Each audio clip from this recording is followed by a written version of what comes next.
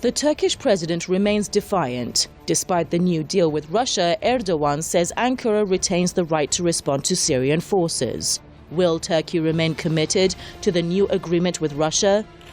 Ankara is being criticized for violating previous deals on Idlib. During negotiations that started in the Kazakh capital Astana in 2017 among Turkey, Russia and Iran, Ankara agreed to open observation posts in Idlib to facilitate de-escalation efforts. Turkish forces, however, are reported to have left the areas around the posts and fought Syrian soldiers. Turkey pledged in a 2018 deal with Russia that it would separate terrorists from the so-called moderate rebels. Moscow says Ankara failed to honor that agreement too. Russia's foreign ministry says following Turkey's violations, terrorists took over the Idlib de-escalation zone and launched a large number of attacks from there. Such violations have deepened distrust of Ankara.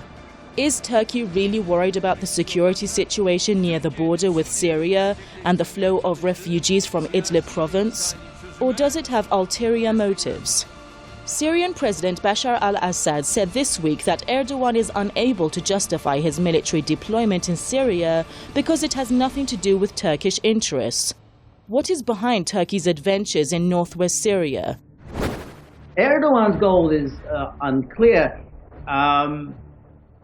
One has to suspect that somewhere in the back of his mind, and maybe not even so far in the back of his mind, is an ambition to restore territories that Turkey had lost following World War I, the Treaty of Sèvres and then the Treaty of Lausanne. And you know, he wants to restore some part of that Ottoman Empire.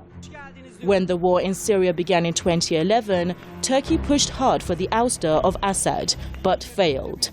Does it now want a part of Syria?